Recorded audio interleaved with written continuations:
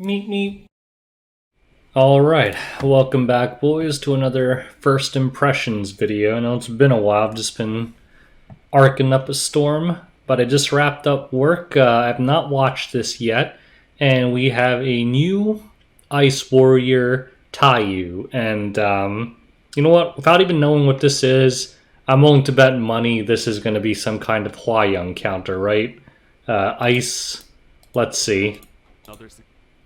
Wait, what? Since he was taken by the hand of revolution, he has been an Whoa, did they ever do that before? Is that the first time they... I always think it was the Korean guy speaking with subtitles. Is this the first time he got a... Well, I don't know if it's a white guy. Like, it could be a Korean guy who speaks perfect English. But that's the first time I've seen English on that text. That's interesting. Alright, let's see. Warrior... I always kind of get tripped up with the base stats because I don't know what's normal because I'm obviously not looking at heroes with base stats very often, but looks like he has some kind of debuff because he has effectiveness, a lot of built-in crit chance, decent speed, HP, and attack. Are those good values? I think the health looks low and the attack looks kind of low too. But looks like some kind of debuffing speedy DPS because it has crit chance, so probably has some kind of damage ability. Alright, let's see. Skill 2. Azure Waves of the Open Ocean. Some of these skill names are getting absurd. Like, what is that, a novel? After an enemy uses a non-attack skill, dispels all debuffs from the caster and becomes enraged for 3 turns and grants skill nullifier once to the caster. Can only be activated once every 4 turns. So with the skill enhancement, basically he can be enraged all the time, right? So that, I guess that's good. I mean, it seems kind of light on a kit. Obviously, you won't bring this into any team that doesn't have non-attack skills. But, okay, maybe not a Hwayoung counter, because I don't think that does anything against Hwayoung, but it does mean he's hard to control. Let's just see the animation real quick. Can only be activated once every 4 turns. When the skill is enhanced, be activated once. Wait, what? What pushed him? Spear of Purification? Okay, I'm assuming that's his artifact. Something pushed him. That's weird. Okay. Skill 3, Tornado Sweep. Attacks all enemies, dispelling 2 buffs, and increases skill cooldowns of the target. Oh, there you go. It is a Hwayoung counter. With the highest attack by 1 turn twice. Increase attack of the caster for 2 turns. I don't know if that's before or after. When the caster is enraged, dispelling buff effect changes into dispelling all buffs. Interesting. I mean, 2 buffs is usually all buffs as an opening move. But, yeah, all buffs. It would have been even better if it just ignored effect resistance or something. But yeah, clearly a Hwayoung kind of countering ability because it specifically targets the hero with the highest attack, which on any reasonable team will always be Hwayoung unless they bring a Gunther or something for some reason. Even something like Summerside Assyria typically won't have more attack than a Hwayoung. So, yeah, let's take a look at this ability. Probably going to look cool, right? The new SVs generally look cool. When the caster is enraged, dispelling buffs effect changes into dispelling all buffs. I mean, again, we can never trust the damage here. I mean, it looks okay. Wait, when was the attack buff? The attack buff comes after he uses it, so that's non-attack buffed damage. No defense breaks, no nothing. So this is just raw damage, it looks like. Did it even have a knight there? What is this team? I can barely see, like a Ravi, and it doesn't look like they even have a knight on that defense.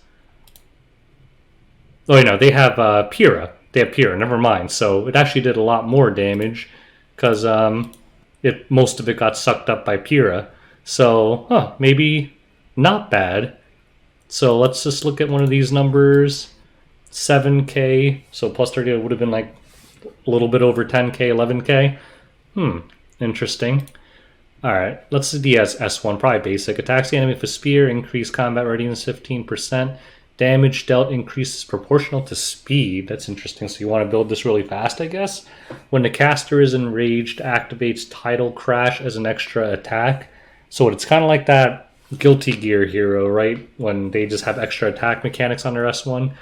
Tidal Crash can only be activated once per turn, so you can't put him on like counter set and expect it to proc all the time. Let's take a look at the damage here. And Cheap Soul Burn increases damage dealt. So it's just meant to just like one tap Hwayoung or something. Attacks the enemy by slashing downward with speed. Damage dealt increases proportional to the caster's speed. Tidal Crash can only be activated once per turn. Whoa. Whoa, wait, what? Okay, so Escort is down, so she doesn't have any damage mitigation, but Raw, it did like 11,000 damage to the APOC Ravi, and then this thingy procced, and actually hits even harder than the S1, so the extra thing, so his S1 one-shot an APOC Ravi? What? I mean, granted, there's no mitigation, but still, it's an APOC Ravi. What does Enrage do? I don't really know. Clarissa has that, right? Does the buff itself also have some effect other than changing the skill? Like, does it do like a little extra damage or something? I'm not sure. Someone could fact check me on that. I thought Enrage did something other than just changing moves. All right, let's look at the artifact. Increase attack by 20% after an enemy uses a non-attack skill. Increases combat readiness of the caster by 10%.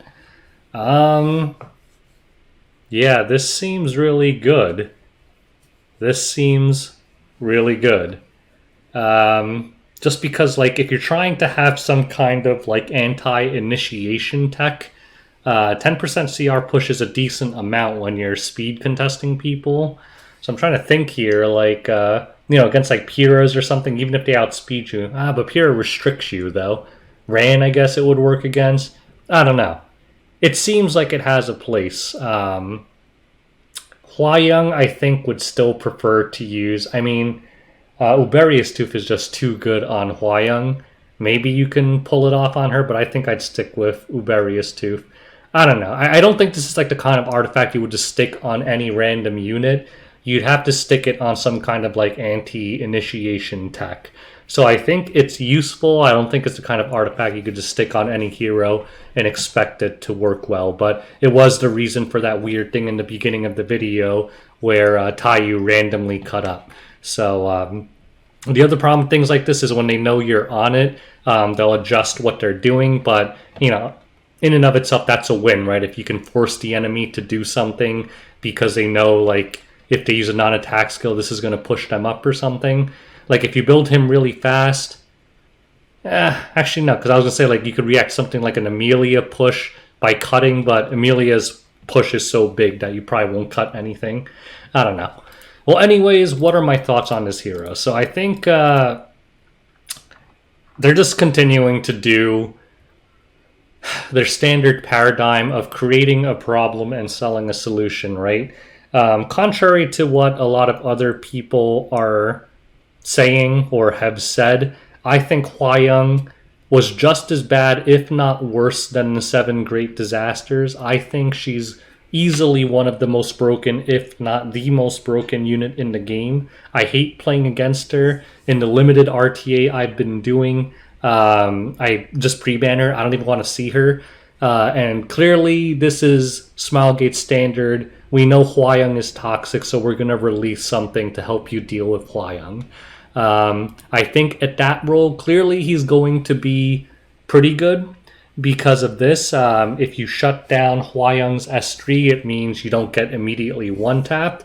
With that said, it doesn't completely shut her down because Hwayoung, as we all know, still does a crap ton of damage on her S1. But at least it's typically not a one-tap, especially against tanky units like A-Rav. You're not going to one-tap an A-Rav with a Hwayoung S1. So resetting her helps, although Hwayoung cycle really fast. But I think the second part why he kind of counters Hwayoung is I didn't realize how freaking strong this thing was going to be. Hwayoung is...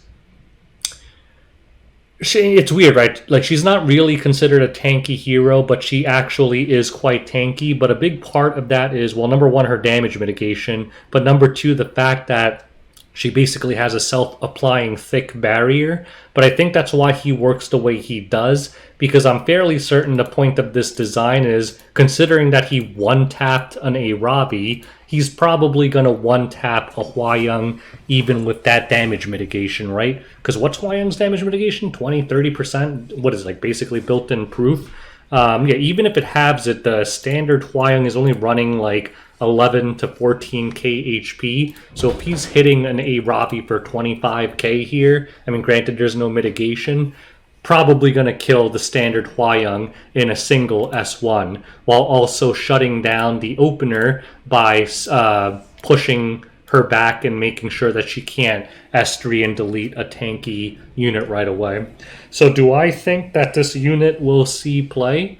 Yeah, I think so. I think so. He might actually even be good without Hwayoung on the board at all. Now, the main problem with him is that he's kind of squishy, right? He has no defensive abilities in this kit other than this skill Nullifier, which can only activate every 3-4 turns. He doesn't have any built-in damage mitigation, and he doesn't have any barrier, anything like that. No stealth, so he's kind of... He's Hwayoung without the problem, because the problem with Hwayoung is she's way too survivable for what her role is, right? Because I got Hwayoung wrong, because initially I kind of said that her role is similar to what a lot of other heroes can do. Like one tap something and then just kind of sit around. The problem is she doesn't sit around because she's impossible to kill. Like, have you ever versed a Hwayoung where your hardest hitting DPS dies and you just literally can't break through her barriers and she slowly kicks you to death? Like, that's why she's toxic. This guy seems to do a lot of damage, but he doesn't have that side effect. You can whittle him down. Like, there's always been heroes in the game that do a lot of damage. The problem is they're not that survivable. You kind of tank through their initial burst and you just kind of kill him. This is the kind of hero where he doesn't seem very survivable. Granted, he's a warrior. You could probably build him a little bruiser-ish, but we'll see how the builds go.